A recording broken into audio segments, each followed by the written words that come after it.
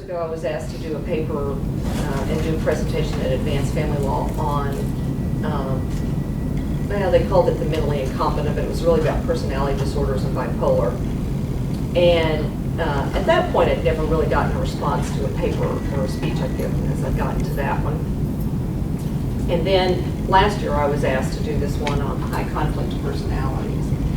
And never, ever have I received a response as I have received a response to this presentation. And I don't think that's because it's me or because I've presented it so well. I think it's because it is a topic that people are craving to understand.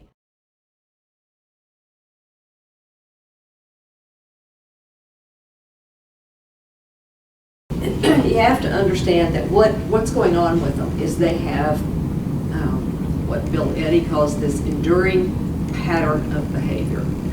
So they have this feeling of internal distress, but they think it's caused by something on the outside. They then behave inappropriately to relieve their distress, but obviously the distress continues because it's really not from something external, it's internal. It is a personality disorder. So then when they get the negative feedback about their behavior, it just escalates and they continue to behave inappropriately. So it's this kind of continuous behavior. And if you've ever been around and had a borderline or narcissist to deal with, you know, sometimes they'll be wonderful.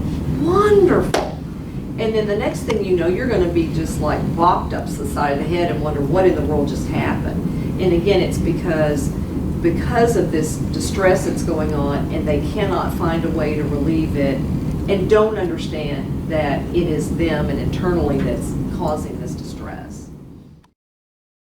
The best way to stop some of this behavior is for the hammer to come down on the behavior.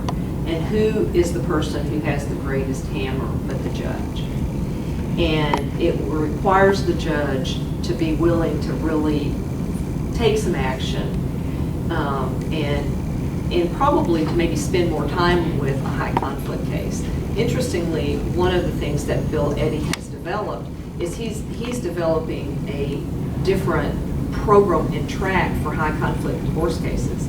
So he's saying, hey, when you identify those, take them out of the regular system, go put them on this system, and we're going to treat them differently. It is very difficult to get evidence on, to get somebody to understand the very complex things I'm trying to describe.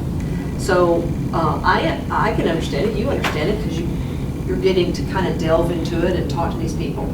But the court won't get it, not in a 20-minute hearing, you know, not even in an hour hearing, because you can't get enough information in front of the judge. So Bill Eddy's concept is go move them to a completely different track, kind of like the drug court, you know, CPS cases. We used to do the family violence, the protective order. We had a protective order docket for those of you who were here. So go move them to a different docket so you can spend the time with them to try to impact